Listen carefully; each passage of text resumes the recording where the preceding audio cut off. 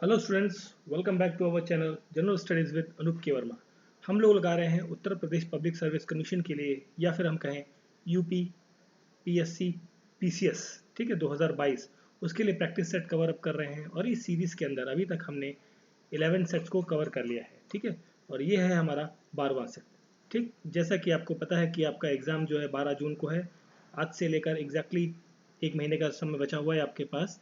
और ये basically series जो है पीसीएस के लिए तो है ही, साथ में जो आपका असिस्टेंट इंजीनियर का एग्ज़ाम है 29 मई को, उसके लिए भी ये सीरीज़ बेसिकली इंपॉर्टेंट है। और इसके अंदर जो जीएस और करंट अफेयर के क्वेश्चंस आते हैं वो हैं 25 क्वेश्चंस जो है वो जीएस एंड करंट अफेयर के पूछे जाते हैं, ठीक है। तो चलिए देखते हैं 12वें सेट के अंदर हमारे कौन कौन से क्वेश्चंस हैं। तो देखिए, पहला क्वेश्चन है, एटम्स दिए गए हैं, ये आपके पॉजिट्रॉन, प्रोटॉन, न्यूट्रॉन और इलेक्ट्रॉन्स और उनके इन्वेंटर्स जिन लोगों ने इन चीज़ों की क्या करी है, खोज करी है, उनके नाम दिए गए हैं। आपको मैच ऑफ द फॉलोइंग लगाना है और फिर आपको करेक्टली पेयर बताना है, आपको कौन सा जो पेयर है दैट इज करेक्टली मैच्ड, ठीक है। तो देखिए, जो पॉजिट्रॉन की बात करें तो पॉजिट्रॉन की जो खोज करी थी 1932 के अंदर, ठीक है, 1932 1932 के अंदर कार्ल्स डेविड ने इसकी खोज की थी। किसने की थी? Carl's David. तो जस्ट अ मिनट, हाँ जी, ठीक है, नाम था उनका कार्ल्स डेविड एंडरसन, ठीक है। इन्होंने खोज करी थी पॉजिट्रॉन की 1932 के अंदर। इसके साथ दिया हुआ चैडविक, नहीं चैडविक तो आपका करेक्टली मैच नहीं होता है, ठीक है। फिर हम सेकंड बात करते हैं प्रोटॉन की। तो प्रोटॉन जो है आप बेसिकली क्या है, एक पॉजिटिव बेस पार्टिकल है, पॉजिटिवली चार्ज पार्टिकल है। और इसकी डिस्कवरी की थी अर्न्स्ट रदरफोर्ड ने। अर्न्स्ट रदरफोर्ड, बिल्कुल ये सही मैच है आपका। अर्न्स्ट रदरफोर्ड ने इसकी डिस्कवरी करी थी, ठीक है। और this is basically a permanent element. तो यहाँ पर जो करेक्टली मैच पूछा था, करेक्ट मैच हो गया, option number B is the correct answer. बाकियों को भी हम बात कर लेते हैं। तो जो न्यूट्रॉन है, न्यूट्रॉन, इसकी खोज करी थी, ये भी 1932 के दौरान ही खोजा गया था। और इसको खोज करने वाले थे जेम्स चैडविक। देखिए, ये जो पहला नाम दिया हुआ है आपका चैडविक, जेम्स चैडविक, इन्होंने 1932 में न्यूट्रॉन की खोज करी थी, ठीक है। और फिर हम बात करें इलेक्ट्रॉन्स की, तो देखिए अगर जो हम यहाँ पर करेक्टली बात करें ना, तो देखिए पॉजिट्रॉन के साथ तो रदरफोर्ड आ जाते हैं, सॉरी प्रोटॉन के साथ, और प्रोटॉन के साथ रदरफोर्ड, पॉजिट्रॉन के साथ हैं आपके Chadwick, sorry एडल्सन, not Chadwick, that is एडल्सन। और न्यूट्रॉन के साथ हैं चैडविक, जेम्स चैडविक 1932। और इलेक्ट्रॉन्स के साथ में इसका नाम आता है, इलेक्ट्रॉन के साथ आता है जे जे थॉम्सन, ठीक है। और जे जे थॉम्सन ने इलेक्ट्रॉन्स की खोज करी थी 1897 के अंदर, ठीक है। तो ये थे बेसिकली पार्ट्स मैच में। बट हाँ, यहाँ पर पूछा है करेक्टली मैच कौन सा है, तो यहाँ पर जो करेक्टली मैच है वो है ऑप्शन नंबर बी, प्रोटॉन की खोज करी थी अर्न्स्ट रदरफोर्ड ने। फिर देखिए नेक्स्ट क्वेश्चन में पूछा गया है आपसे कि अरेंज करना है आपको, ये नेशनल पार्क्स के नाम दिए गए हैं और नॉर्थ टू साउथ, मतलब उत्तर से दक्षिण की तरफ आपको अरेंज करना है कि कौन सा कब कहाँ पड़ता है आपका, ठीक है। नॉर्थ टू साउथ आपको अरेंज करना है यहाँ।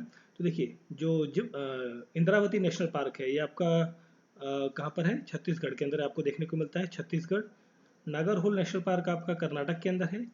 देन जिम कॉर्बेट है आपका उत्तराखंड के अंदर। मधा जो नेशनल पार्क है, Madhav, sorry this is not Manda, that is Madhav, we missing हो गया यहाँ पे। माधव नेशनल पार्क है आपका एमपी के अंदर, ठीक है। तो देखिए, सबसे ऊपर कौन सा है आपका? Uttarakhand, that is 3। Then Uttarakhand के बाद आपका आता है Madhav national park, that is of 4th। And उसके बाद आपका छत्तीसगढ़, इंद्रावती, और उसके बाद लास्ट में आता है नागरहोल।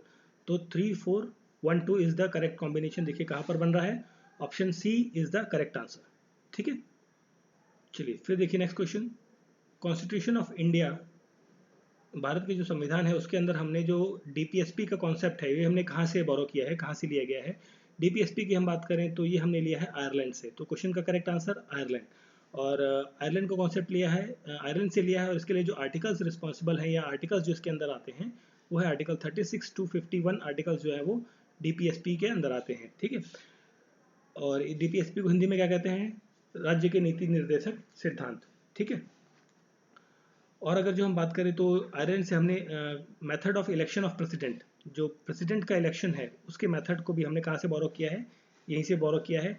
और राज्यसभा के अंदर जो नॉमिनेशन किया जाता है, जो 12 मेंबर्स नॉमिनेट होते हैं राज्यसभा के अंदर, वो नॉमिनेशन का प्रोसेस जो है वो भी हमने आयरलैंड से ही बोरो किया है। ठीक है, फिर हम बात करें अगर जो ब्रिटेन की, तो ब्रिटेन से हमने पार्लियामेंट्री फॉर्म ऑफ गवर्नमेंट या आपका सिटीजनशिप, सिंगल सिटीजनशिप का जो कॉन्सेप्ट है वो हमने यहाँ से लिया है। जर्मनी से लिया है हमने कि जो इमरजेंसी प्रोविजंस हैं, जो फंडामेंटल राइट्स आपके रूल्ड आउट हो जाते हैं या सस्पेंड हो जाते हैं ड्यूरिंग द इमरजेंसी, वो चीज़ें हमने ली हैं जर्मनी से। फ्रांस से लिया है हमने जो आपके, जो आपका है ये प्रियम्बल। ठीक है, प्रियम्बल के अंदर जो 3 वर्ड्स आपके हैं, लिबर्टी, फ्रेटर्निटी और इंटीग्रिटी, ये तीनों वर्ड्स हमने कहाँ से लिए हैं? फ्रांस से लिए हैं। ठीक है, और डीपीएसपी जो है बेसिकली वर्क करता है वेलफेयर ऑफ द स्टेट के टर्म। ठीक, और ये आपका नॉन जस्टिशिएबल इन नेचर है और साथ में नॉन एनफोर्सेबल है। ठीक है, मतलब ये ज़बरदस्ती नहीं किया जा सकता कि आपको ऐसा ही करना है, और ना ही इसके विरुद्ध आप कहीं कोर्ट में जा सकते हैं। ठीक है, तो डीपीएसपी का कॉन्सेप्ट हमने लिया है आयरलैंड से।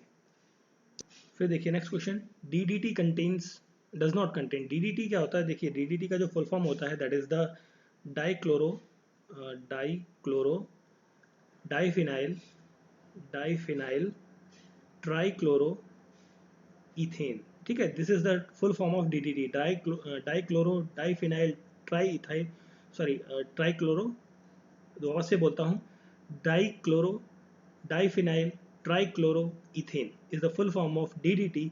इसके अंदर कौन सा एलिमेंट नहीं होता है ये पूछा गया है, तो इसके अंदर जो है बेसिकली फॉस्फेट नहीं होता है या फॉस्फोरस नहीं होता है, तो option B C is the correct answer. अब देखिए फॉस्फोरस जो है आपके दो तरीके के होते हैं, एक होता है रेड फॉस्फोरस और दूसरा होता है वाइट फॉस्फोरस।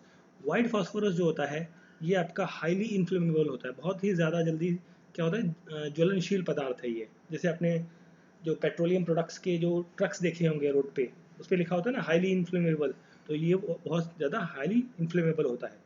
और रेड फॉस्फोरस आपका जो मैच स्टिक होती है, माचिस, उसके अंदर इस्तेमाल किया जाए, तो मैच स्टिक के अंदर जो एक ऊपर था एक ब्राउनिश, थोड़ा सा रेडिश ब्राउन कलर का जो एक मटेरियल जिससे आग लगती है, तो वो आपका फॉस्फोरस होता है, रेड फॉस्फोरस। ठीक है, option C is the correct answer. फिर देखिए नेक्स्ट क्वेश्चन है, which of the following is used by plant in order to synthesise protein. Protein को सिंथेसाइज करने के लिए प्लांट जो है वो कौन सी चीज़ का इस्तेमाल करते हैं? तो देखिए प्लांट जो है यहाँ पर इस्तेमाल करते हैं नाइट्रोजन का। ठीक है, plant uses nitrogen for the synthesis of protein, protein को सिंथेसाइज करने के लिए। ठीक है, और प्लांट्स जो हैं ये नाइट्रोजन की हेल्प से क्या बनाते हैं ये आपका न्यूक्लिक एसिड। ठीक है, न्यूक्लिक एसिड जो है यहाँ पर फॉर्म होता है। ठीक है, और बात करें कि जो गैसेस हैं आपकी, जो ऑक्सीजन है, कार्बन डाइऑक्साइड है, ये सारी गैसेस और इवन नाइट्रोजन, वाटर वेपर्स, ये सारी जो है कॉन्स्टेंटली एटमॉस्फेयर के अंदर प्रेजेंट है, जो कि क्रिस्टल फॉर्म में देखने को मिलती है। ठीक है, और प्लांट जो है वो ऑक्सीजन को यूज़ करता है फॉर द रेस्पिरेशन के लिए, रेस्पिरेशन प्रोसेस के लिए जो प्लांट यूज़ करता है ऑक्सीजन, दैट इज ऑक्सीजन। और कार्बन डाइऑक्साइड का इस्तेमाल करता है प्लांट कहाँ पर? फोटोसिंथेसिस के अंदर। जब उसको फोटोसिंथेसिस करना है वहाँ पर क्या इस्तेमाल करेगा? Carbon dioxide. ठीक है, और वाटर वेपर्स जो चौथा पदार्थ है, वाटर वेपर्स, ठीक है, उसका इस्तेमाल करता है ये बायोलॉजिकल एक्टिविटीज़ के अंदर, बायोलॉजिकल एक्टिविटीज़ के अंदर इस्तेमाल करता है प्लांट। ठीक है, ये 4 एलिमेंट हैं आपके प्लांट के अंदर रहते हैं। ठीक है, एटमॉस्फेयर में बेसिकली रहते हैं, ये आपके ऑक्सीजन है, कार्बन डाइऑक्साइड, नाइट्रोजन और वाटर वेपर्स। फिर देखिए नेक्स्ट क्वेश्चन है, नेक्स्ट क्वेश्चन में पूछा गया है कि आपका which of the following cities, किस सिटी को सेलेक्ट किया गया है to prepare to declare as the cultural and tourism capital, cultural और tourism capital of Shanghai corporation organisation. इसे संघाई कॉरपोरेशन ऑर्गेनाइजेशन को शॉर्ट में कहा जाता है SCO। ठीक है, जो SCO का जो SCO का बेसिकली SCO के लिए कल्चरल एंड टूरिज्म कैपिटल किसे डिक्लेयर किया गया है? ठीक है, किस शहर को डिक्लेयर किया गया है ये पूछा गया है। तो देखिए अगर जो हम बात करें तो वाराणसी के जो कमिश्नर है, बेसिकली जो DM है, दीपक अग्रवाल। ठीक है, दीपक अग्रवाल। ठीक है, इन्होंने अनाउंस किया था 28 जनवरी 2022 को, ठीक है, कि वो काशी को as a cultural and tourism capital बनाना चाहते हैं, या अनाउंस किया बेसिकली उन्होंने कि काशी जो है, काशी, क्वेश्चन का correct answer Kashi, option B is correct answer. Kashi को डिक्लेयर किया गया है आपका cultural and tourism capital for the Shanghai corporation organisation के लिए। ठीक है, अब ये बेसिकली कब से कब तक रहेगा? ये रहेगा आपका सितंबर 2022 से लेके सितंबर 2023, मतलब अगले एक साल के लिए ये एज अ कैपिटल रहेगी, ठीक है, कल्चरल कैपिटल रहेगी। अब हम बात करेंगे अगर जो एस की, तो एस क्या होता है, देखिए एस बेसिकली 8 मेंबर कंट्रीज़ का एक ग्रुप है जिसके अंदर पॉलिटिकल, इकोनॉमिकल, सिक्योरिटी अलायंसेस कई सारे देखने को मिलते हैं, और इसकी स्टैब्लिशमेंट हुई थी 2001 को, ठीक है, 2001 में इसकी स्टैब्लिशमेंट हुई थी। इसके अंदर जो मेंबर कंट्रीज़ हैं वो भी नाम इंपॉर्टेंट है, पूछा जा सकता है कभी, कि चाइना है, इंडिया है, कजाकिस्तान है, किर्गिस्तान, पाकिस्तान, रशिया, तजाकिस्तान और उज्बेकिस्तान, ठीक है। तो ये 8 कंट्रीज़ जो हैं वो इसकी मेंबर्स हैं, और इंडिया और पाकिस्तान इन दोनों ने आपका एस को ज्वाइन किया था 2017 के अंदर। इंडिया और पाकिस्तान ने एक साथ ज्वाइन किया था 9 जून 2017 को, ठीक है, as a permanent member of Shanghai corporation organisation का, ठीक है। तो Kashi is the correct answer. फिर देखिए नेक्स्ट क्वेश्चन है, महाराजा बीर विक्रम एयरपोर्ट ये लोकेटेड कहाँ है? देखिए महाराजा बीर विक्रम एयरपोर्ट जो है ये आपका जो अगरतला का एयरपोर्ट है, बेसिकली जो त्रिपुरा के अंदर है, ठीक है, अगरतला एयरपोर्ट जिसे कहा जाता था पहले, त्रिपुरा का जो एयरपोर्ट है उसे कहा जाता था। तो यहाँ पर जो करेक्ट आंसर रहेगा वो रहेगा option number C, this is Agartala airport, Agartala airport, ठीक है, जो त्रिपुरा की कैपिटल भी है, और उसी एयरपोर्ट का नाम रखा गया है महाराजा बीर विक्रम एयरपोर्ट, ठीक है। प्रधानमंत्री नरेंद्र मोदी ने इस एयरपोर्ट का इनॉग्रेशन किया था न्यू नेम के साथ में, ठीक है। और इससे पहले बेसिकली कब किया था? ये किया था 2018 के अंदर। इससे पहले ये अगरतला एयरपोर्ट के नाम से जाना जाता था, 2018 के बाद महाराजा बीर विक्रम एयरपोर्ट के नाम से अब ये जाना जाता है, ठीक है। और जो महाराजा बीर विक्रम सिंह हैं ये कौन है? ये बेसिकली इन्होंने ये एयरपोर्ट बनवाया था यूएस एयरफोर्स के लिए, जो वर्ल्ड वॉर 2 हुई थी, ठीक है। वर्ल्ड वॉर 2 जो 1939 से 1945 के आसपास, इस ड्यूरेशन में 6 साल वर्ल्ड वॉर 2 चली थी, वर्ल्ड वॉर 2, ठीक है। उस टाइम पर यहाँ पर ये महाराजा बीर विक्रम जो थे उन्होंने ये बनवाया था, उनका नाम था एक्चुअली महाराजा बीर विक्रम किशोर नाम था इनका। तो इन्होंने ये एयरपोर्ट बनवाया था यूएस एयरफोर्स के लिए वर्ल्ड वॉर 2 के दौरान, ठीक है। तो उन्हीं के नाम पर ये एयरपोर्ट का नाम कर दिया गया है, ठीक है, 2018 के अंदर, त्रिपुरा। फिर देखिए नेक्स्ट क्वेश्चन है, ये जो है होमलैंड सिक्योरिटी डायलॉग, ये किन दो कंट्रीज ने बेसिकली इसके अंदर पार्टिसिपेट किया है? Home security dialogue, homeland security dialogue. तो इसकी बात करें तो इसका ये जो डायलॉग हुआ है ये हुआ है आपका 12 जनवरी 2022 को, 12 जनवरी 2022 को ये हुआ है होमलैंड सिक्योरिटी डायलॉग। ये वर्चुअली कंडक्ट किया गया था, virtually that means digitally platform पर ये कंडक्ट हुआ है इंडिया और यूएसए के बीच में, ठीक है। ऑप्शन सी जो है ये करेक्ट आंसर रहेगा, इंडिया और यूएसए के बीच में ये कंडक्ट हुआ है। और इंडिया और यूएसए बेसिकली ये जो डायलॉग है इसकी शुरुआत हुई थी 2010 में, अभी ये तो इस साल का हुआ है, बट इसकी जो शुरुआत हुई थी वो हुई थी 2010 के अंदर, होमलैंड सिक्योरिटी डायलॉग्स, ठीक है। और पहली जो इसकी मीटिंग हुई थी ये हुई थी मई, फर्स्ट मीटिंग भी पूछी जा सकती है, मई 2011 के अंदर ये मीटिंग कंडक्ट की गई थी, ठीक है। और इस मीटिंग के अंदर जो 6 कैटेगरीज हैं, बेसिकली 6 पॉइंट्स है, मेजर पॉइंट्स है जिसके ऊपर जो है डिस्कशन किया जाता है या जिसके ऊपर बातचीत की जाती है, जैसे कि आपका फाइनेंस से रिलेटेड, फाइनेंशियल फ्रॉड्स या इक्लिक फाइनेंसिंग या काउंटर फिटिंग, इन सब चीज़ों से रिलेटेड। या दूसरी बात करें साइबर इंफॉर्मेशन हो गया आपका, ठीक है। और फिर आपका जो एक होता है ना कि sharing of information among the federal states या लोकल पार्टनर्स के बीच में, ग्लोबल सप्लाई चेन के बारे में बात करी गई यहाँ पर, कैपिटल बिल्डिंग्स के बारे में बात करी गई यहाँ, ठीक है। और टेक्नोलॉजी जो अपग्रेड है उन सभी चीज़ों के बारे में यहाँ पर डिस्कशन होता है, ठीक है। तो इन डायलॉग के अंदर इन 6 पॉइंट्स को लेकर बात करी जाती है, ठीक है। लिख देते हैं थोड़ा सा और अच्छे से क्लियर हो जाएगा। फाइनेंस से रिलेटेड जो भी प्रॉब्लम्स हैं उनके ऊपर डिस्कशन किया जाता है, साइबर इंफॉर्मेशन के ऊपर डिस्कशन होता है यहाँ पर, ठीक है। और शेयरिंग ऑफ इंफॉर्मेशन आपकी रहती है यहाँ पर, ठीक है। ग्लोबल सप्लाई चेन भी देखने को मिलती है, उस पर भी बात करते हैं, कैपेसिटी बिल्डिंग पर भी बात करते हैं, और साथ में टेक्नोलॉजी को अपग्रेड करने के लिए भी बात की जाती है इस होमलैंड सिक्योरिटी डायलॉग के अंतर्गत, ठीक है, जो इंडिया और यूएसए के बीच में कंडक्ट होता है। फिर देखिए नेक्स्ट क्वेश्चन है, Indian federation can be converted into unitary one. देखिए इंडियन फेडरेशन मतलब देखिए भारत के अंदर जो federation, that means Indian federation का ये संदर्भ है कि यहाँ पर जो है 3 तरीके की पावर्स देखने को मिलती हैं। एक आपकी सेंट्रल गवर्नमेंट की पावर होती है, एक स्टेट गवर्नमेंट की पावर होती है, और दूसरी लोकल बॉडीज़ की पावर होती है, जो आपकी म्यूनसिपैलिटीज़ या पंचायत है, ये सब चीज़ें जो होती हैं, ठीक है।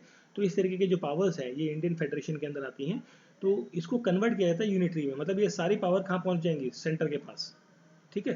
तो इस तरीके का जो कन्वर्जन है ये कब देखने को मिलता है, ये देखने को मिलता है आपका इमरजेंसी के दौरान, जब नेशनल इमरजेंसी भारत में लगी हो, ठीक है, तो उस टाइम पर ये देखने को मिलता है। और इसके लिए जो आर्टिकल है नेशनल इमरजेंसी के लिए वो है आर्टिकल 352, ठीक है। 352 आर्टिकल जो है नेशनल इमरजेंसी के बारे में बात करता है, जहाँ पर सारी पावर्स किसके पास चली जाती है, सेंटर के पास, केंद्र के पास। और भारत में नेशनल इमरजेंसी के लिए 3 मेन कारण हो सकते हैं, जैसे कि आपका एक्सटर्नल एग्रेशन हो, ठीक है, या वॉर की कंडीशन आ रही हो, या आपका आर्म रेबेलियन हो जाए, तो इन 3 बेसिस पे आपका नेशनल इमरजेंसी डिक्लेयर की जाती है भारत के अंदर। भारत में अब तक जो इमरजेंसीज हैं या नेशनल इमरजेंसीज हैं वो 3 बार लग चुकी हैं। एक लगी थी 1962 के अंदर जब चाइना के साथ वॉर हो रहा था, दूसरी लगी थी 1971 के अंदर जब बांग्लादेश के साथ हम वॉर पे थे, और थर्ड लगाई गई थी 1975 में जो इंदिरा गांधी सरकार के टाइम पर लगी थी, ठीक है। तो क्वेश्चन का correct answer option number D. Next question, which of the following committee propose the SARFAESI act. अब देखिए सरफेसी एक्ट क्या होता है। सरफेसी एक्ट बेसिकली ये आपका प्रपोज किया गया था नरसिम्हन कमेटी के द्वारा, ठीक है, नरसिम्हन कमेटी के द्वारा ये प्रपोज किया गया था।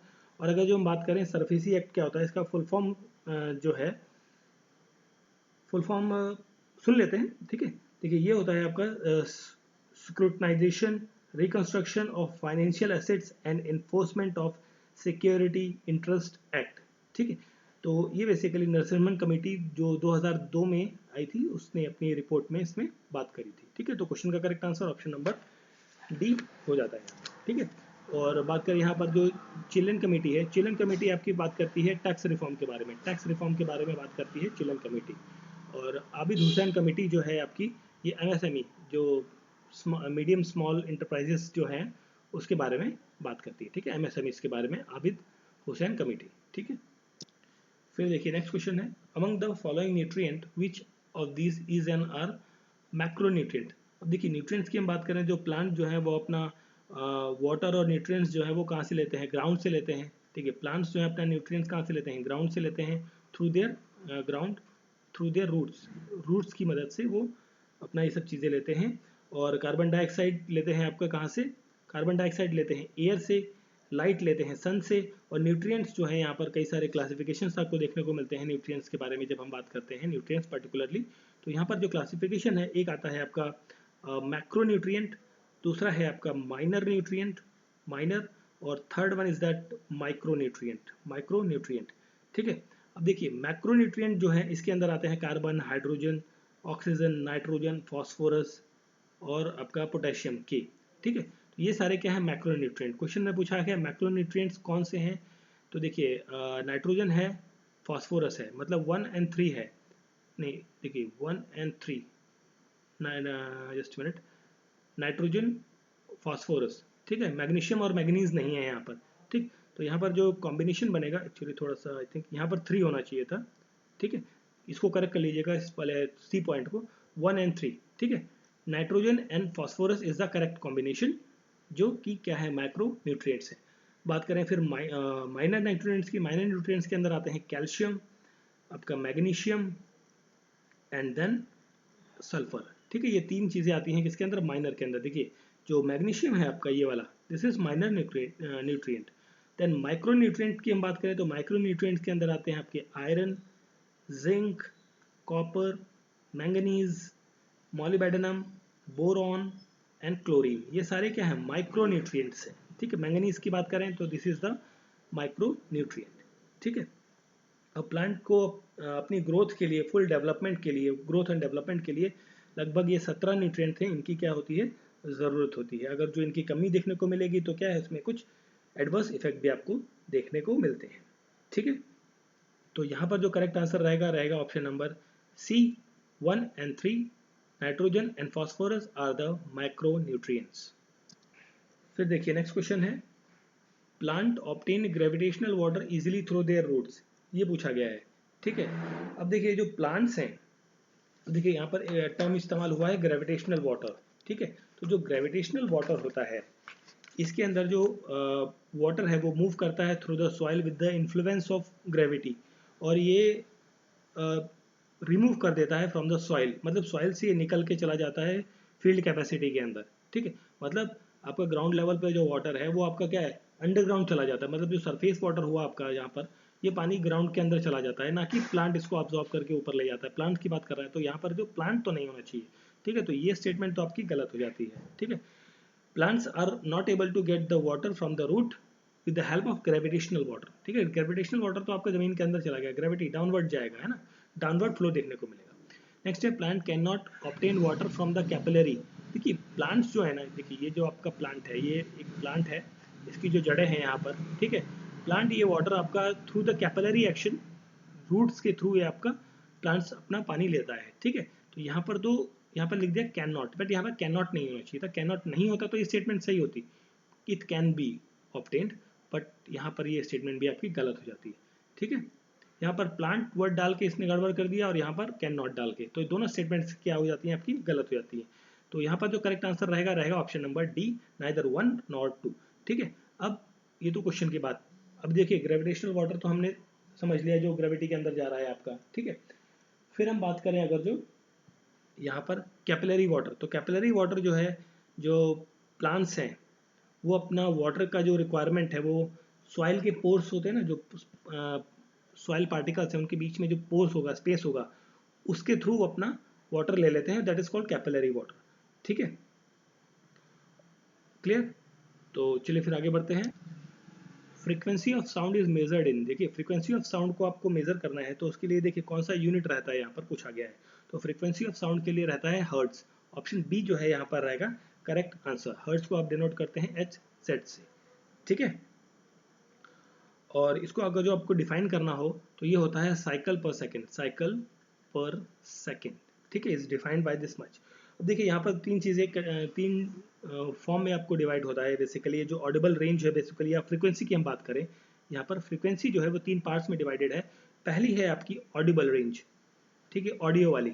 तो इसके अंदर जो रेंज आती है 20 to 20,000 हर्ट्ज की जो फ्रीक्वेंसी होगी उसको आप सुन सकते हैं। इस रेंज में जो भी फ्रीक्वेंसी की साउंड आएगी उसको आप इजीली सुन सकते हैं, ठीक। दूसरी होती है इंफ्रासोनिक, इंफ्रासोनिक, ठीक है। इसके अंदर क्या होता है कि लेस देन 20 हर्ट्ज की जो साउंड वेव्स हैं वो आपको देखने को मिलेंगे, बट जो हम इजीली अपने कानों से नहीं सुन सकते वो होती हैं इंफ्रासोनिक, ठीक है, जो ह्यूमंस नहीं सुन सकते बेसिकली, ठीक है। और इन्हीं वेव्स को कहा जाता है, इस वेव्स को एक और नाम से जाना जाता है, this is called the residue wave, residual waves के नाम से भी हम जानते हैं। नेक्स्ट है अल्ट्रासोनिक, अल्ट्रासोनिक वेव्स। अल्ट्रासोनिक की जो फ्रीक्वेंसी होती है वो क्या होती है, अबव होती है, मोर देन होती है 20,000 हर्ट्ज, 20,000 हर्ट्ज से ज़्यादा आपको फ्रीक्वेंसी यहाँ देखने को मिलती है, ठीक है। अब इंटेंसिटी ऑफ साउंड की हम बात कर रहे हैं। इंटेंसिटी ऑफ साउंड को मेजर करने के लिए कौन सा यूनिट होता है, that is decibel. Intensity of sound है यहाँ पर आप मेजर कर रहे हैं, फ्रीक्वेंसी आप कर रहे हैं हर्ट्ज में, इंटेंसिटी आप मेजर कर रहे हैं डेसिबल के अंदर। और जो रेंटोजन है, ये रेंटोजन जो है, this is the unit for the measuring of the radio active pollution. जो रेडियो एक्टिव पॉल्यूशन है उसको मेजर करने के लिए जो यूनिट आप यूज करते हैं दैट इज द रोएंटजन, ठीक है, रोएंटजन। प्रोनाउंसिएशन शायद गलत है मेरा, थोड़ा गड़बड़ है, बट कोई बात नहीं, करेक्ट आंसर है रोएंटजन, रेडियो एक्टिव पॉल्यूशन को मेजर करने के लिए, ठीक है। तो ये थे हमारे पार्ट 12 के कुछ important questions. I hope so video अच्छी लगी होगी। प्लीज़ लाइक, सब्सक्राइब और बेल आइकन ज़रूर प्रेस करें। मिलते हैं नेक्स्ट वीडियो में। Thank you for watching.